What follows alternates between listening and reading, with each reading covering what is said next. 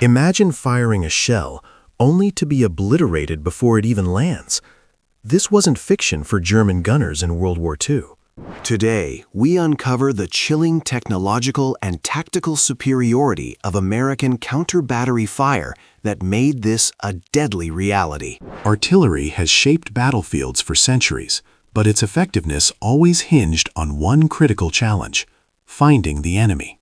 In the Great War, artillery became the dominant killer, leading to a desperate race for accurate target acquisition. Early methods relied on visual spotting and rudimentary sound triangulation, often slow and imprecise.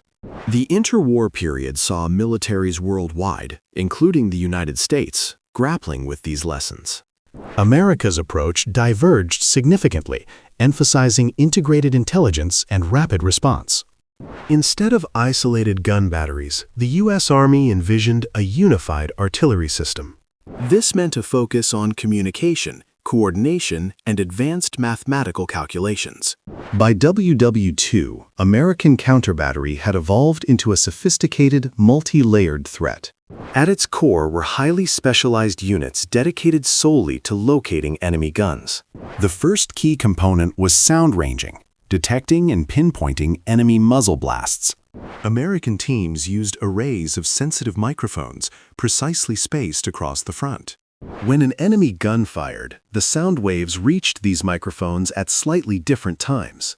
These time differences, though minuscule, were the crucial data points.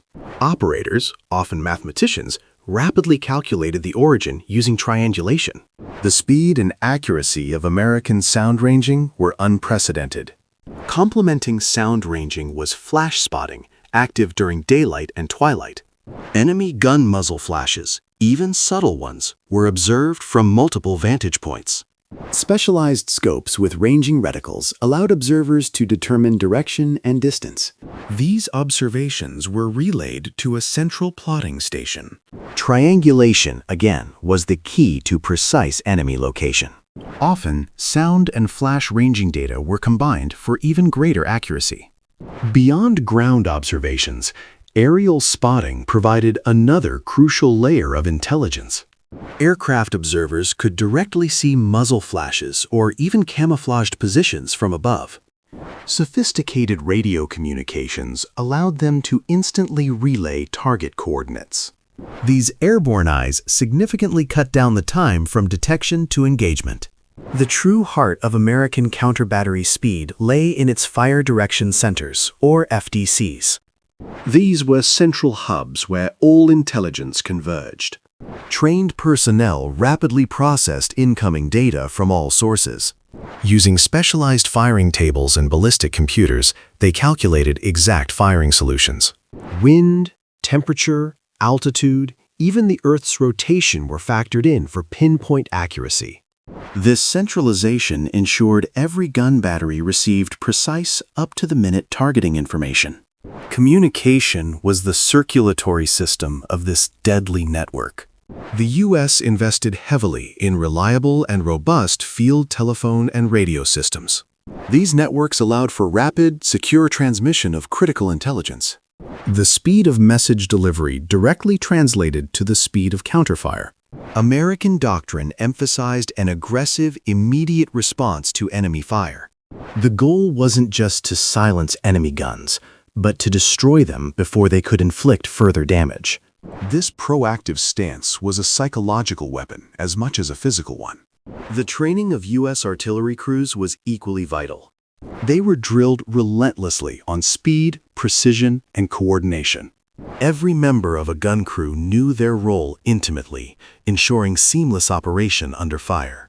This combined technological advantage, centralized intelligence, and rigorous training created a formidable force. Meanwhile, German artillery doctrine, while effective in many areas, lagged in counter-battery speed. Their systems often relied on more traditional, decentralized observation and reporting. Communication infrastructure was robust, but didn't always match the American emphasis on rapid data processing. Logistical challenges and resource limitations also impacted their ability to innovate and deploy new tech. This disparity became painfully clear on the battlefields of Western Europe. German gunners would fire a salvo, expecting a delay before any response.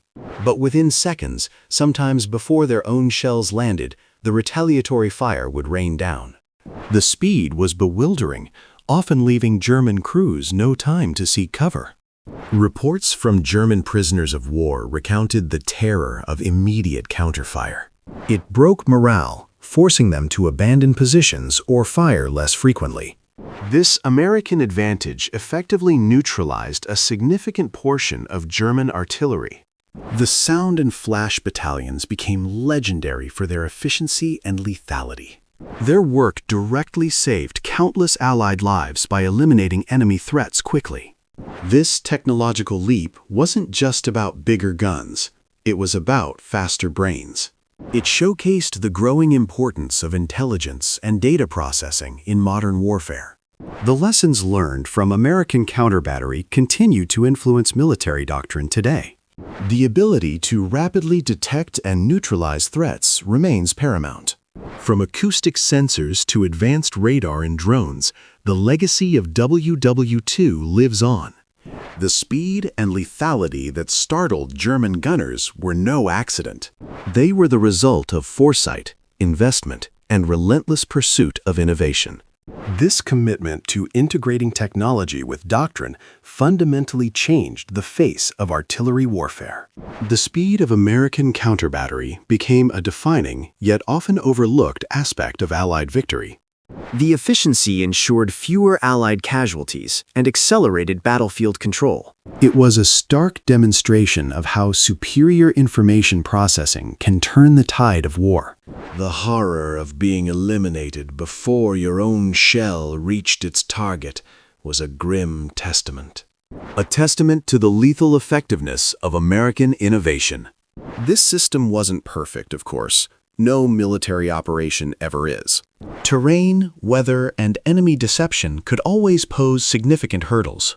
Yet its overall impact was undeniable and consistently devastating. The combined elements of sound ranging, flash spotting, and aerial observation were crucial. Each method provided redundancy and verification, enhancing accuracy.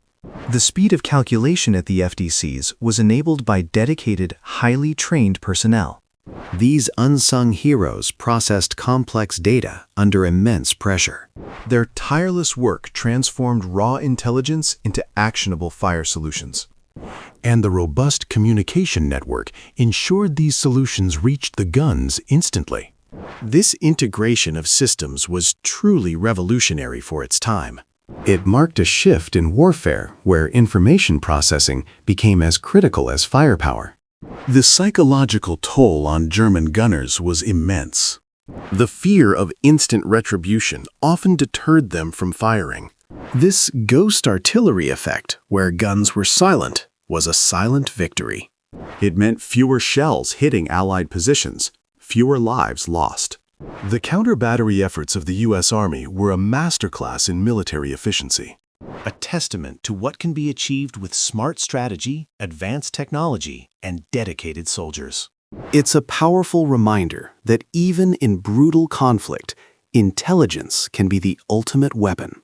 The legacy of these swift, deadly responses echoes through modern military tactics. From acoustic sensors to advanced radar and drones, the principles endure. The commitment to rapid, precise targeting is now a cornerstone of global defense. And it all traces back to the ingenuity and tenacity shown by American forces in World War II. They faced a formidable enemy, but they outthought them, outmaneuvered them, and ultimately outgunned them. The speed of American counter-battery wasn't just a tactic, it was a revolution. One that redefined artillery's role and capabilities on the modern battlefield. A revolution whose echoes are felt in every tactical decision made today.